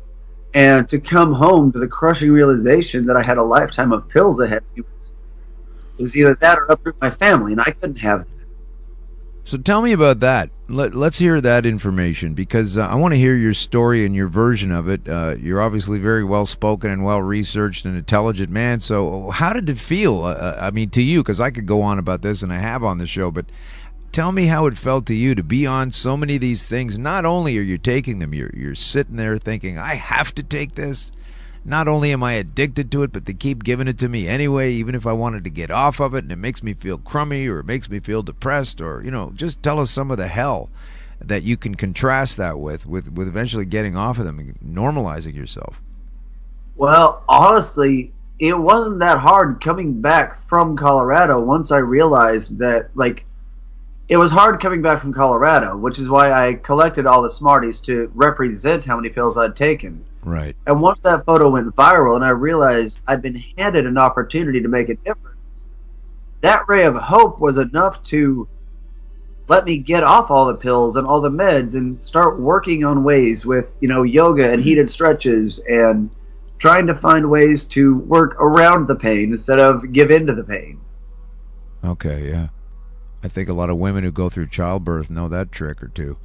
My hat's off to women. I will say this. I do not understand why people consistently hire a man who's got 2 failed marriages and 3 child payments, as opposed to a single mom who's worked her butt off her entire life to support her family of 5 kids. Yeah. Right? Pay her what she's worth, and what will she do for your company as opposed to that asshole? Well, that's just straight up sexism that we learned in, and we still have recent tragedy in Toronto to deal with that, and misogyny and everything with this idiot that killed a bunch of people up here for the same reasons. But let's go back to that photograph. You talked about the Smarties again. This is at this point, anybody watching this is just sitting here watching me talk to you on the phone. So tell us about that bag, and tell us about that viral. This is something that people twig on, is if you can put something into a visual, like a quick representation, such as a meme, or even the bad memes get the point across. A bad meme will do it, but the good memes are great. But you had a meme, basically a photograph of you holding folks. Actually, no, I didn't. You didn't? I had just the photograph, and I had the original post was a 3,000-word essay. I kid you not. Oh, I know that, but that's not. I mean, look, when you're holding that giant bag of pills, in the first place. It had over 7,000 shares from my personal page, let alone from knows who, how many others. Then it went viral on Reddit. Then it went viral on Imager, right? Again, with that gigantic post. And tell us where we can find that. Tell us where we can find that thing directly right now, if anybody wants to look it up. That would be the one that went viral. Would be on the R Drugs Reddit subforum. Okay, so go on Reddit and put your name in there, and tell us what the picture is for the folks that haven't seen the photograph. Tell them what's on there. Well, honestly, if you want to find it, all you have to do is Google Joshua Lee and then Smarties. Sure. Yeah, Joshua Lee, Missouri veteran Smarties. So tell the folks, because people are listening to this. They're driving around or they're at the gym or whatever. Tell them what this photograph is. It is a vacuum sealed bag of 9.4 pounds of Smarties, 9,855 Smarties. One to represent every pill the VA prescribes me annually. I was taking 27 pills a day, and I thought it was normal. I mean, you start out with 1, you start out with 2, you have 3 or 4. Slowly you build up a tolerance, and next thing you know, no matter how much your wife is telling you you're a rage-filled zombie, there's nothing else you can do. Right? This is the best option you have. Right. And then I ran out of the tramadol, and that's what woke me up, because I had to have Julia hide my phone to keep me from trying to locate something to stop the cravings. Tramadol. That's what is that exactly? It's an opioid, and at that point it was still it had maybe possibly just been reclassified as Schedule 2, but at the time I'd been taking it, they'd told me it was safe and non-addictive and no big deal. Sure. And I ran cold turkey out, and that was the most unpleasant wake-up call of my life. How long did that last you, the cold turkey unpleasant period? And tell us a little bit about what happened to you. How did you feel?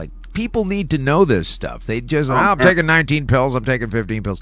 You need to understand what happens to your body and your mind when you get up. Now, you went cold turkey. Tell us how that was. What did you go through? What did you experience? Lay it on us. Take some time. Don't worry about it. Well, keep in mind, I was raised fundamentalist Christian. I met Julia Lee at Ozark Christian College. I bought my first six-pack of alcohol. It was Hornsby's Hard Apple Cider at age 22. Drugs and alcohol were never a major part of my life until the VA got me addicted to these things, okay? Yeah. I drank recreationally, but if I didn't have alcohol around the house, it wouldn't be a big deal because we were too poor to buy it, right? But, so keep that in mind when, man, I have never experienced what I experienced that week. It was the first 72 hours, I don't think I slept. It was like the worst combination of flu symptoms you can imagine. It was times 100. It was horrible. It was heroin withdrawal. Yeah. Because opioids is basically heroin. And at the amounts I was taking them, it was devastating to go through, and I'm sure it was even more devastating for my wife to watch.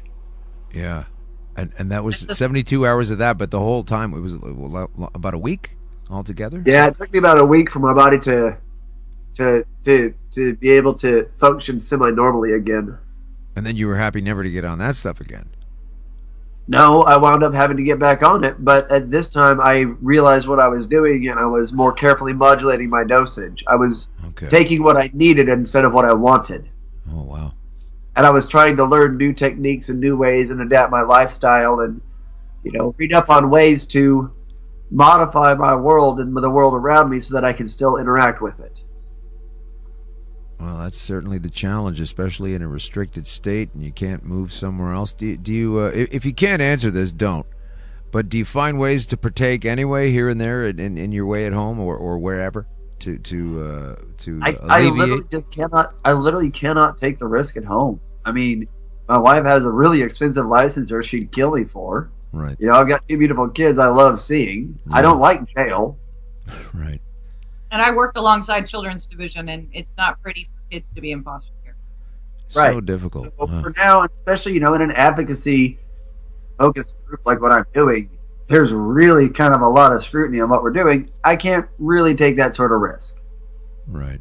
Well, I'm so sorry you can't. It's so good for so many things, and it sounds like it would be great for you to have for PTSD.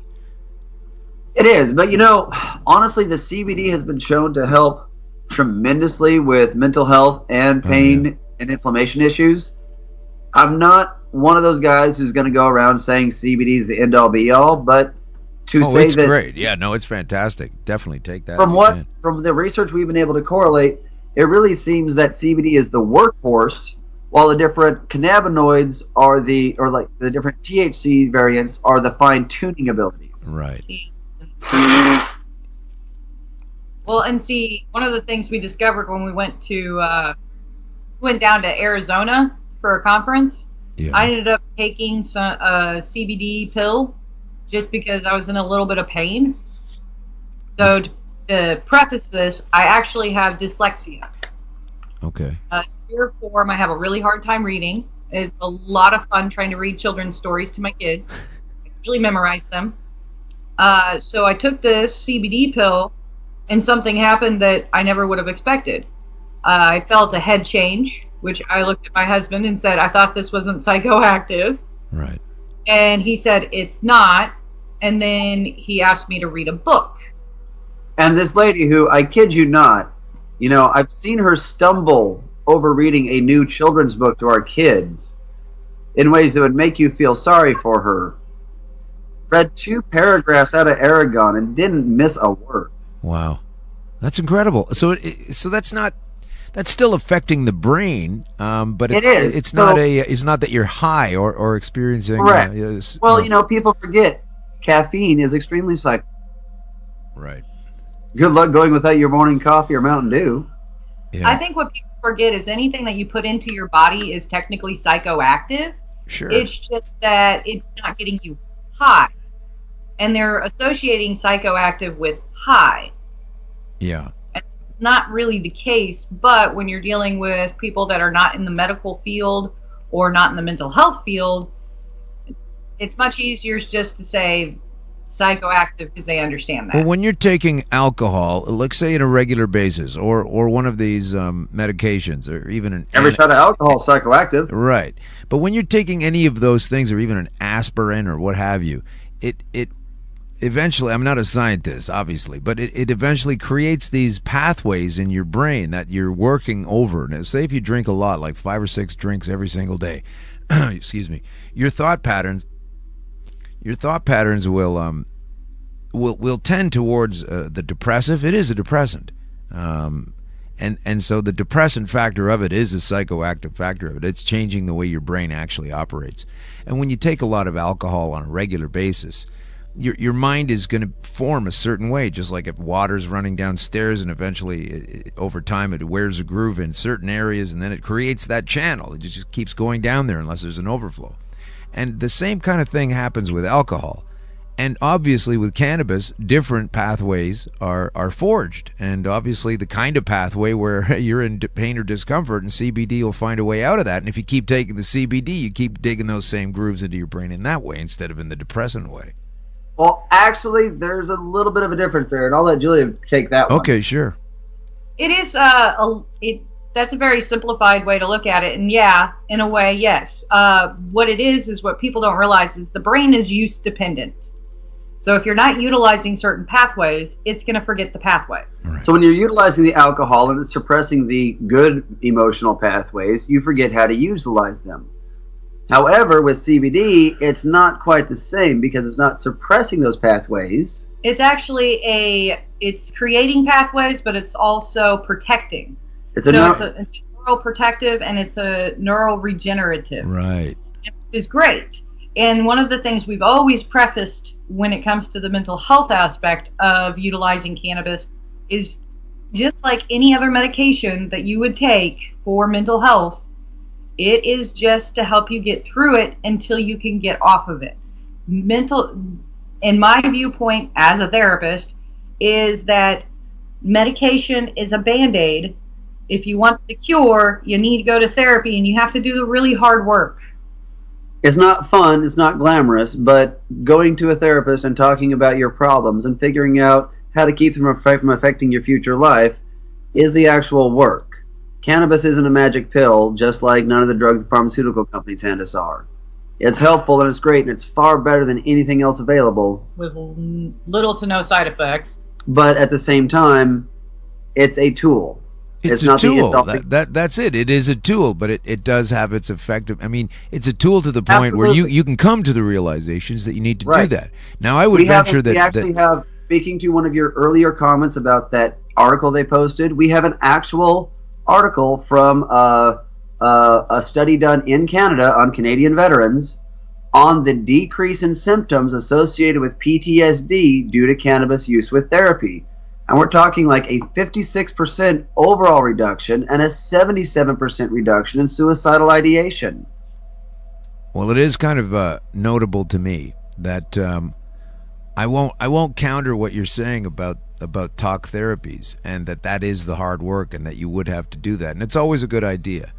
But the further you climb up the psychoactive ladder, if you will, such as with DMT. You take a properly shepherded dose of DMT, or perhaps DMT, sorry if you're not catching that, M as in Michael, DMT, and something like ibogaine, which is made from the bark, and you get into these heavier psychoactives that our good posthumous friend Terrence McKenna talks about various things of this nature at the beginning of this show. And if you do that, you can leapfrog past some of the realizations come in a fast forward capacity. And so the higher up the ladder you go, the more likely that drug is even in more legal trouble than the cannabis and so forth above the alcohol and the tobacco. Well, let me put this out to you real quick. Sure. If it's useful on your own, how useful is it in conjunction with a professional trained to use it? Let Julia take this one. Okay, Julia, you direct that one, Josh.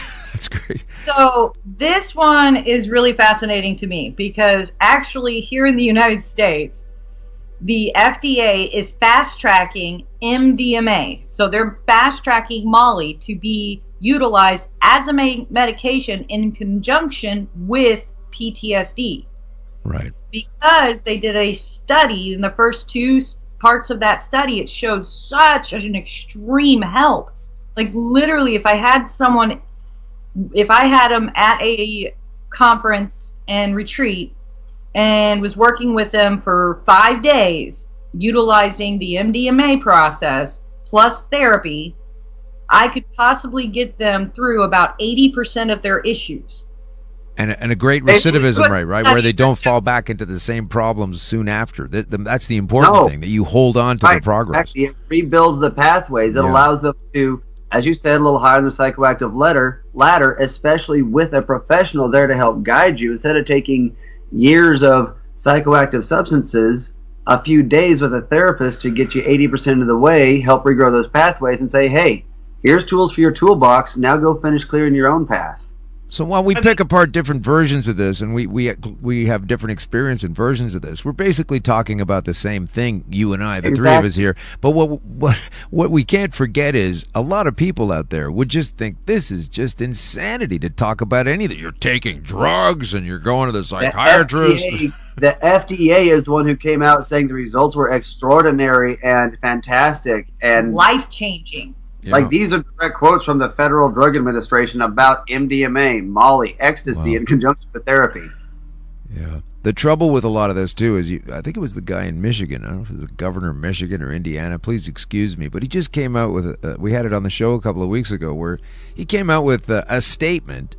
And loads of people will believe this right away because it's Occam's razor. It's the simplest explanation, and somehow that's always sacrosanct, even when it's not true. Right. But he says that cannabis doesn't have any medical aspect to it whatsoever, and a lot of people, see, that's it. The government just said it's okay. So while Jeff Sessions is doing things or not doing things and making things better for you, and we do have a better understanding, you have influential gentlemen, usually, mostly some women also, but they'll get up and say like a blatant lie like that with no backing evidence whatsoever, and tons of people believe it. I mean, that's a big problem.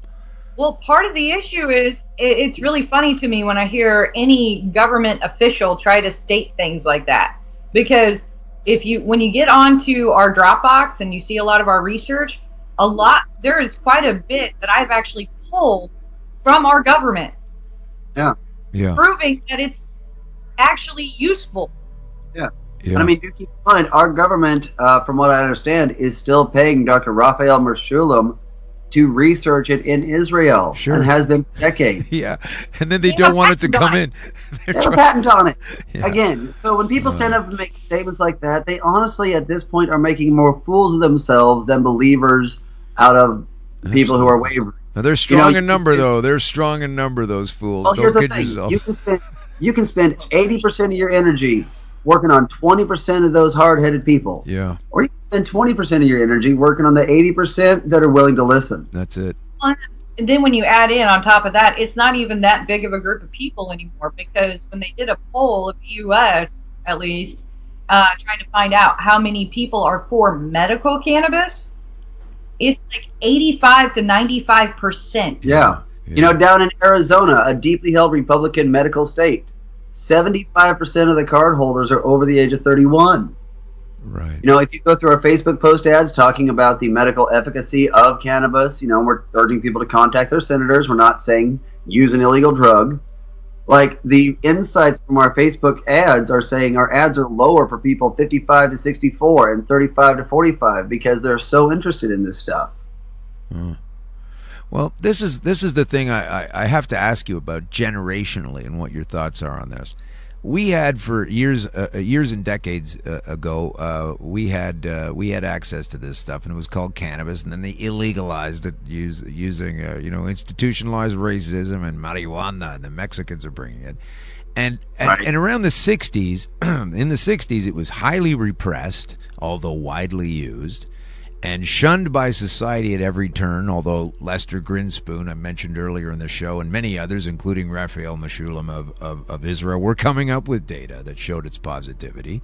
And we created at that time a series of people who basically were the children or the younger thans using this stuff, and the older folks were shunning it and saying it was a bad idea because they'd lived their whole lives since the illegalization and had been raised with that. And so you get a different zeitgeist of the day that governs the media. So let me quickly sidestep to something else on that same topic. So like as a young kid, there I was building model cars and interested in old 57 Chevys and those kinds of things. And then when I got older, I thought, this is going to be my whole life, like looking at cars and building cars. And now you get around the way things are societally different, institutionally changed. I'm talking paradigm shifts over political reasons for decades, whether it's fuel consumption or pollution or whatever. So many kids, they don't want to look at a car other than it's an Uber to go from one party to the next. They don't care to fix it. I mean, I'm not saying everybody's like that, but we have these huge generational shifts all the time. And I'm thinking it wouldn't be that hard to believe, based on those shifting paradigm over the decades, that the folks that are our age, and we're sitting here now going, no, this stuff's great, it's amazing, use it for all kinds of things. And these kids are nonchalant. I'm telling you, my daughter is nonchalant about this stuff because she understands what happened to her father and how her father got out of this thing in a really short period of time, in a busy time in her young adolescence.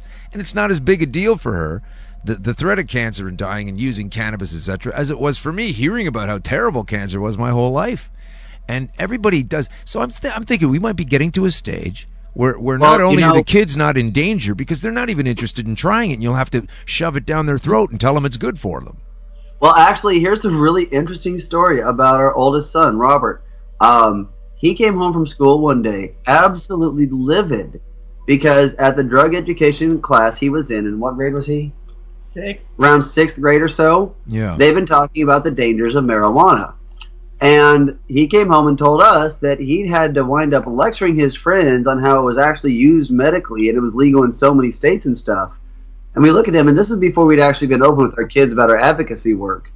And we're like, so what brought that up? And he goes, well, the YouTubers and stuff, people always talk about it. So I did my own research, and did you know it's actually helpful for this, this, and this? And Dad, did you know it could probably help you because you were a soldier and a lot of veterans say it could help them? Right. I mean, we were so proud of him at that moment. You know what I mean? Absolutely, yeah. That's the knowledge, though, as opposed to the ignorance. Sorry, go ahead, Julie. So it's a double-edged sword, in my opinion. So, some of the YouTube stuff, kids are thinking things are facts that aren't facts. But then at the same time, they're now open to do so much research that we could never do as kids because we had to go to a library. Right. I had to learn how to use a card catalog. My son is carrying around the sum total of all human knowledge while he poops. Yeah, I know. I was going to talk to you about that, actually. Yeah. So I think that's a big part of the paradigm shift you're seeing is, kids nowadays are like, okay, it's no big deal. Obviously, it's safe. It's not killing anybody. People are getting help. I don't care. The huge paradigm shift is today, if people don't know, they Google it. They don't wait for the news. Exactly. I remember thinking the library was cool, like if you had to study for a project at school. I remember, just casually thinking, it's going to be great. I'm going to spend some time in there, be quiet, and I'll have access to this information that, as you say, now I carry around in my pocket all the time. Literally, like we carry around like a quadrillion amounts the Library of Alexandria in our pocket. Yeah. The only difference is not everybody knows how to tell the difference between lies and truth. Right. So realistically, in college, your entry-level class needs to be, look, here's how to discern good articles from bad. Look for keywords. Look for emotional taglines. This is the sort of type of journalism you look out for. We're not telling you good versus bad versus left versus right. Just look for actual, here's how to differentiate good from bad. Right. And there are ways to do that. And a lot of those ways and means were removed from the education system. Go figure. Well, our education system wasn't designed to educate people at the highest level. It was designed to educate factory workers. Right. Tell us about your take on the world, Josh. I'd like to hear, if I can call you Josh comfortably rather than the full Joshua or Sergeant Joshua Lee, Sergeant Lee. Tell us where you're at now. Like you've had this interesting life that you wanted to pull yourself above. You've done that with your family. You've done it by meeting challenges you didn't expect, but you wouldn't change any of that. And you've been through the military, and you understand these substances and what they could do for the brain. So tell us where you think the brain is going, where consciousness is going, and what kind of what kind of place you see the world as and how we're going to have to change it to make things better for more of us to access this kind of helpful information.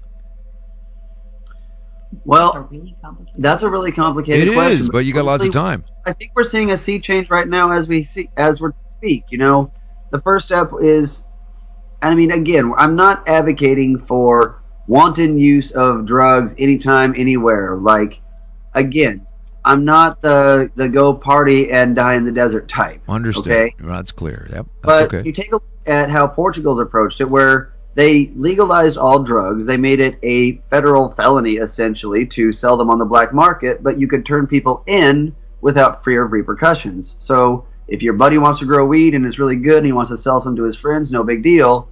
But if you got a black market dealer pulling a gun on somebody, they can go turn him in and he'll get raided. Right. You see what I mean? Mm-hmm. And instead, people can go down to legal dispensaries. They can purchase anything they want. They have full education. Here's the pluses, the minuses, the benefits, the harms. And yes, you'll see certain right-wing, like extreme right-wing activists pushing, oh, look, their drug use has skyrocketed. Okay, first of all, people might be more comfortable admitting yes on a federal questionnaire now that it's actually legal. Right. Saying that. Two, if drug use has skyrocketed by 43%, okay, but addiction rates have plummeted 27% and they continue to tank. Wow. That's a massive statistic. When they come in too often, they're like, hey, you know, we've got access to these social services programs. They're seeing homelessness decrease. They're seeing a lot of social welfare issues decrease because they're treating addiction as a social issue, not a criminal issue. Right. And to answer the other part of your question, the reason why it's complicated is because you have to take a systemic approach. You can't just look at one aspect and think, this is going to solve everybody's problem, because people are complicated. Yeah.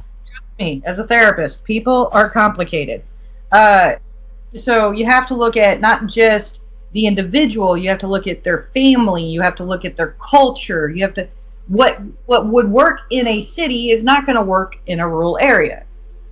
But one of the easiest ways we've found to transpose our message and kind of help it resonate across all areas is just sit down and kind of think, what makes these people comfortable? You know, what are these people comfortable with? How will they be comfortable hearing our message so that they don't get lost listening to the words we choose versus the message we say? You see what I mean? Mm-hmm. So when I'm speaking to people from different areas, I'll be utilizing different techniques. I mean, if I'm speaking to an elected official who's worried about his seat might flip, I keep pointing out, hey, you know, Republicans overwhelmingly support this in your area. I'm just saying. Yeah. If I'm speaking to a farmer, I might be pointing out how industrial hemp can earn something like $400 an acre profit per harvest, 7 harvests per year, versus corn, which is $2 an acre. And terrible for you, generally speaking. Oh, and by the way, speaking of hemp, yeah, Missouri has like 27 towns that are declared industrial waste zones by the EPA, emergency disaster zones due to lead contamination. Well, they're so expensive to clean up for such a small segment of the population, nobody's done anything about it. Hemp can actually leach the heavy metals out of the soil to be safely bundled and stored later. So what do? The hemp sucks it out of the soil, and then you have to harvest that and then get rid of that, right? Because now it's holding the toxins. Correct, but the problem is right now the lead is leached into the soil. It's permeated the very soil itself. Right. So the only other option is to literally dig up all the dirt and process it. So instead you plant the hemp and you start harvesting it naturally over time, and it's extracting the lead and all the other heavy metal toxins. I think I've lost count of all of the amazing things that it does, and unfortunately, that is also the canard that the people that are against it always use. They say, "Well, it can't be good for all these many things," and it is. You just brought up another one there. You know what? Here's the thing: people always forget the right wing, at least down here in America. The right wing are capitalists. The right wing like money. They like tax dollars. They like seeing ways to fund their political contributions. So when you start looking at the tax dollars that come in from industrial hemp, and you start looking at, prior to Prohibition here in Missouri, it was an $8 billion a year industry, inflation adjusted. Wow. We were paying taxes in hemp. Yeah. Missouri was the world's #1 hemp producer. Yeah, we've had a really tough time, all of us, over the last 80 years. This has been the wrong turn on the path And we're only now collectively shaking our heads and yanking the wheel back onto the road in the proper direction. So I really want to thank you people for being majorly involved with that. I respect your service and what it led you to learn and how you were able to improve your life by taking in this kind of knowledge. So, and we thank people like you and people that have supported us for listening to our message and helping to promote it, because honestly, the only reason we have any say whatsoever is because the people that stand behind us and say we listen to them and we support them. Well, there's an old saying on podcasts and TV shows, etc., that if anybody has been on the show once, they call them a friend of the show. If you refer to them later, kind of thing. And but really, everybody that we've had on the show, I feel, we're not constantly in touch back and forth daily, but we try to find guests that have a relevant and interesting point of view. I thought this whole cannabis lark of mine, branching off from my original show I was doing, was going to be like a 6 or 10 episode arc of information. And by the time we were halfway through, like 4 or 5 of them, I thought, this is never going to end. This is a treasure trove of information, and it deserves to be heard, and we have the right to know. And so thank you for being as forward as you are. And again, I'll apologize that you're in the legal pickle that you are, not being able to use it. Your jobs are at risk. Honestly, we were trained to rise to and adapt to overcome any challenge presented before us, and this is just another challenge I can help overcome for all my brothers and sisters here in this state. Well, you understand there's a lot of people who don't have that, whether they went into the military or not, they don't have that resolution, and they don't have that clarity. So thanks for being there for them and helping them. Not everybody. It's not easy stuff. Just because you're good at it doesn't. I've seen Acapulco cliff divers, and they look at like it's nothing, but I'm not doing that. You know what I mean? So we appreciate the recognition, and to be honest, we can't fault anyone else, because it's really hard to be involved in activism when you've got to work 9 to 5 just to put food on the table. Yeah, absolutely, and so many of us are in that bind. That goes back to the money, and that goes back to people making money soon on a substance where they can't wait to profit, where they should probably definitely be looking at reparations for those of us who ventured down that road before and then had our lives ruined by artificial incarceration. I mean, for artificial reasons. Hopefully at the very least we can look at record expungement and not barring people from the industry for prior convictions. I mean, to me, that's ridiculous. That's perpetuating a blatantly, obviously, according to the facts, racist system. Well, this little burg I live in up here, Canada, they don't even have anything addressing that. I mean, that gets quickly flicked aside at any Q&A, and there's nothing in the policy that so many places, such as Seattle and San Francisco. Okay, I'm hitting the left coast a lot, but still. And what we found to be more effective, if you can't attack the problem directly, attack it from the side. So if you can't go up there and get the big bills approached, start working at the city level. Yeah. See if you can't get, because if you can start getting cities to expunge records, then you can start getting I don't know what you guys call your versions of states. Areas? What do we call what? Sorry? Frozen chunks of tundra that band together and form a tribe. Our provinces. We're very provincial up here. Provincial. I can't say much. I mean, down in Louisiana, we call them parishes after churches. Yeah, well, the Louisiana was purchased, and so was a lot of this country up here, too. That's a whole other topic we should get into another time, about how it all gets parsed up. Listen, just because y'all stole the northern half of Washington. Well, we did what we could, but I think you've got pretty firm control over it right now.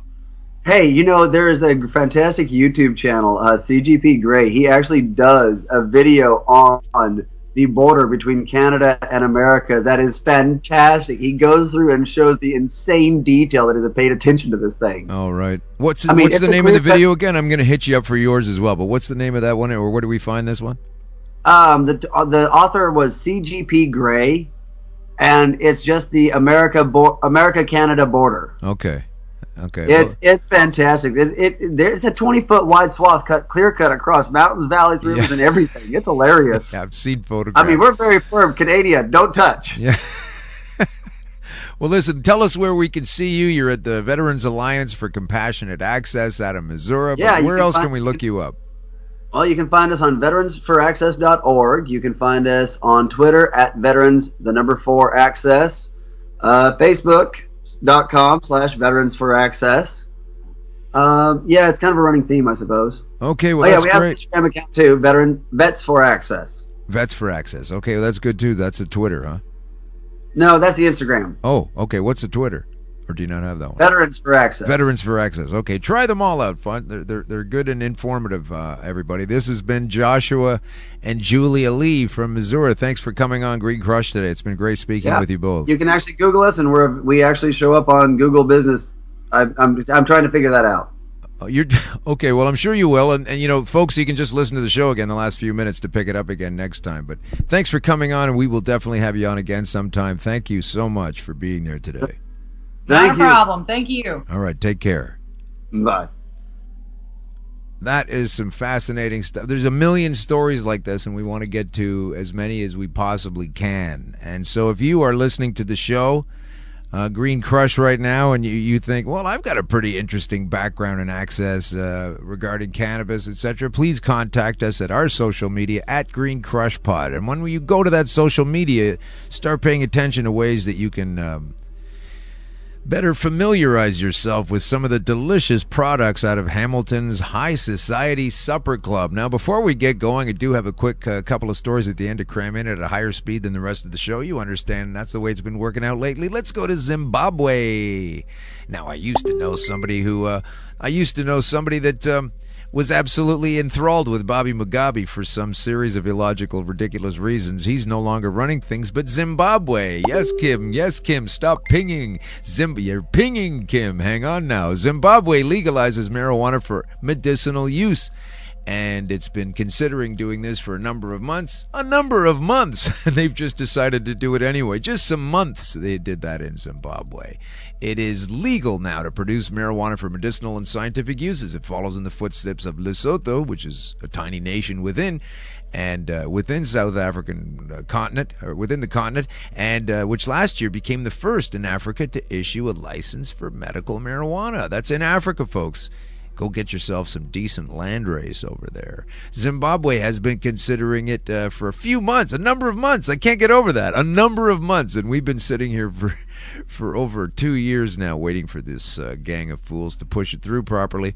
It's now possible to request a license to grow marijuana according to a recently issued government notice released by the country's health minister.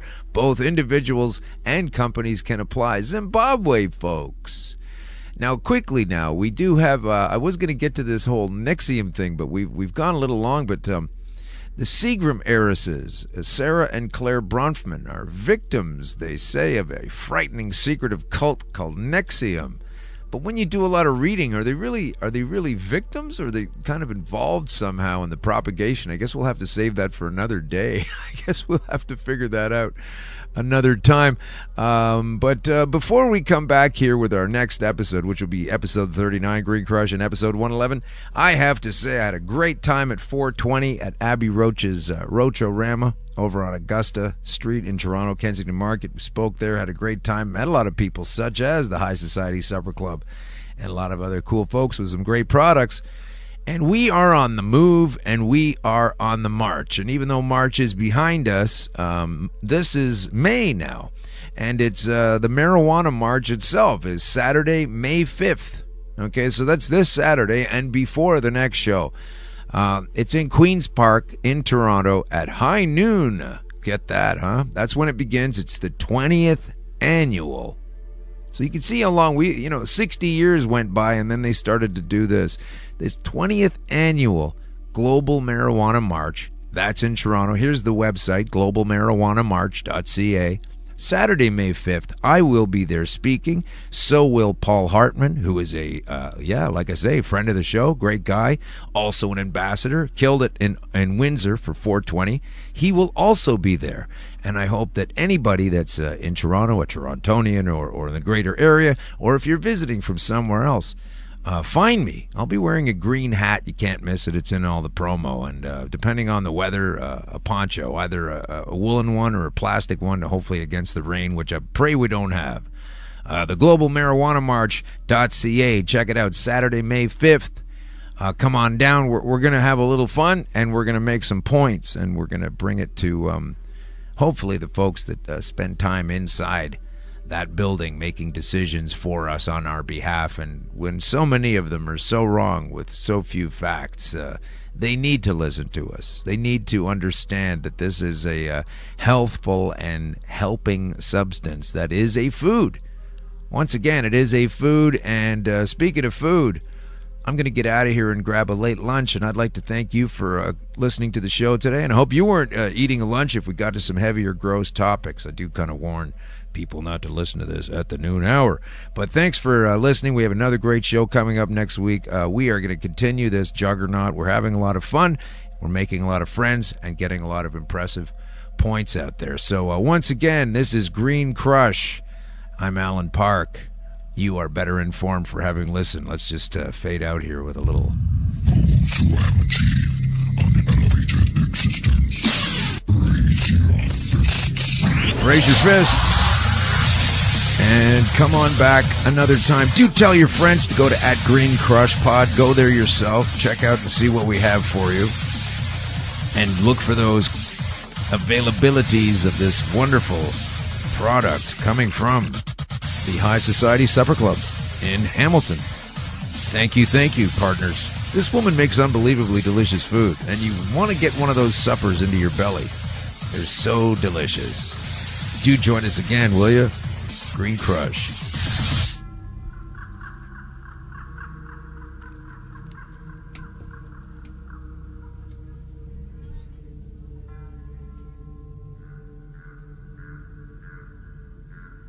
Raise your fist.